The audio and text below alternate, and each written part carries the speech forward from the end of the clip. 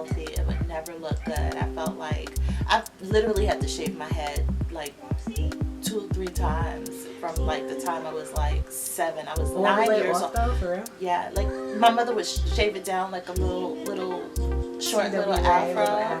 I have pictures of myself in Disney World with like no hair, and it's just like traumatic, right? Because it was like it was growing from my head unhealthy, and it was just like the weirdest thing, right? My mother didn't know what to do with it. I didn't know what to do with it. I would go to see people and they wouldn't know what to do with it.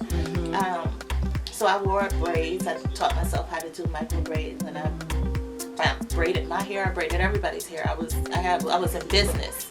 But then I got into high school and wanted to do something different, and that's when weaves became popular. So then I started doing that. So I've always worn fake hair from the time I was a child. And then my mother got locks, and I got inspired, and I was like, I could do this. Although she is very different than me. Her hair is very different than mine. She's always had hair. I've never had hair. But I still felt inspired because she was so beautiful. And she was my mother, so I felt like I could do it too. And then I got locks, and it was horrible. My hair was short. I just felt like they weren't growing. I felt like the damage it was just damaging my self-esteem even more, because it was like I invested all this time and money to get these little microlocs. I was miserable, just like I was when I was 9, with a, little short haircut. And so then I did some research, and that's when I found you. And I was like, well, let me just see if this works. And so it worked out. And it's weird because now people who've known me my whole life, they're like, whoa, I can't even imagine you now without locks. Like, it suits you so well. It feels like you've always had them. It feels like you have come to life. Like, it's normal. Yeah. And it's only been a year. Wow. Which is weird. And everybody is like, whoa, they're just like so beautiful. Like, it's like it's made me. It completes you. Yeah, like I feel like I'm finally fully me. Aww. Which is weird. So yeah. Nice. I think you were saying the difference between your installation of the lock shoot before pre-extension and after. Was there a difference? Like in how you felt about your hair? Yeah, because my hair was so short, I only had like maybe 2-3 inches of hair, and the trauma that I had as a child, you just like not liking anything really about myself from the neck up. It was horrible, and it was like, oh, it's the ugly stage. You'll grow into them. Your hair will grow, and it'll be beautiful. And they're like, well, you just have to grow with them. And I felt like I wasn't growing. I felt like I was like dying. So what was the difference? The difference with the installation? With you getting your extension.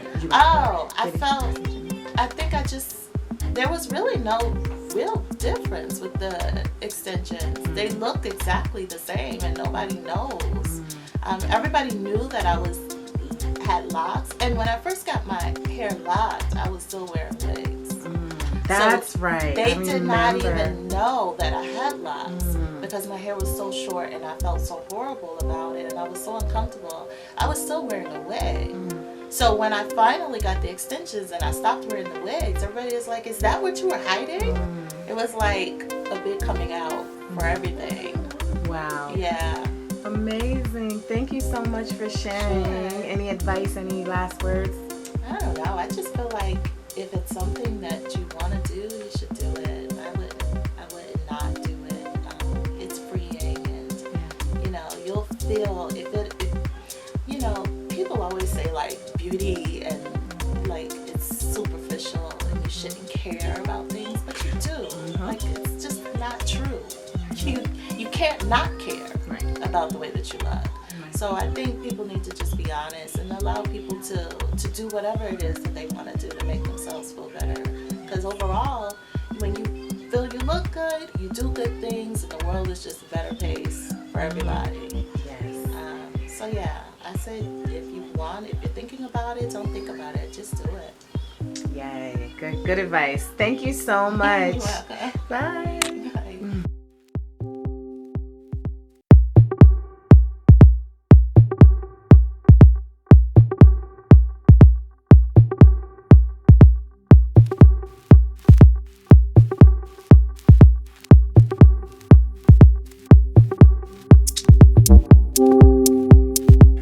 Okay, so this is our client that has lock extensions. She had existing locks, and then we extended last year, right? Do you remember 1 year? 1 year? And so I can tell you where her hair ends and stops now. For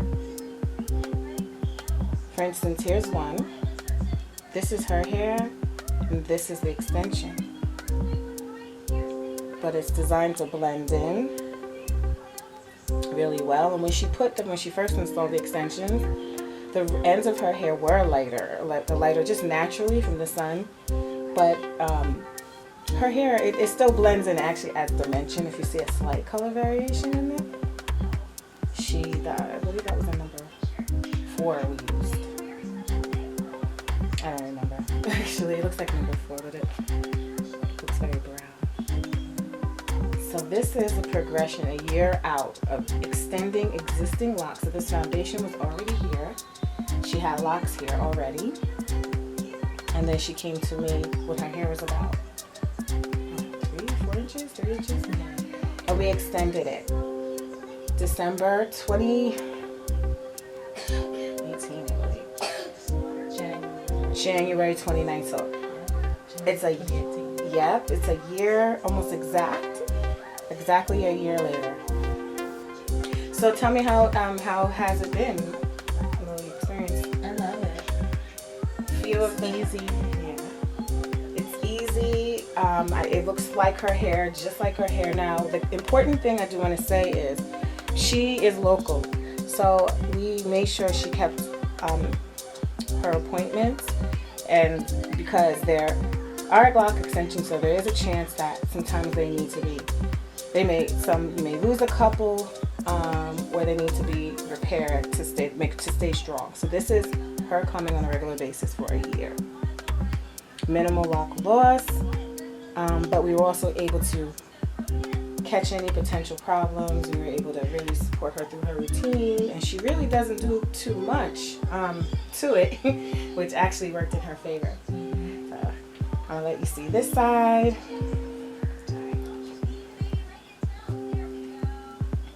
And extensions. All through every single lock has been extended. It was a big job initially. She has a lot of locks, a lot of hair. Great, so thank you.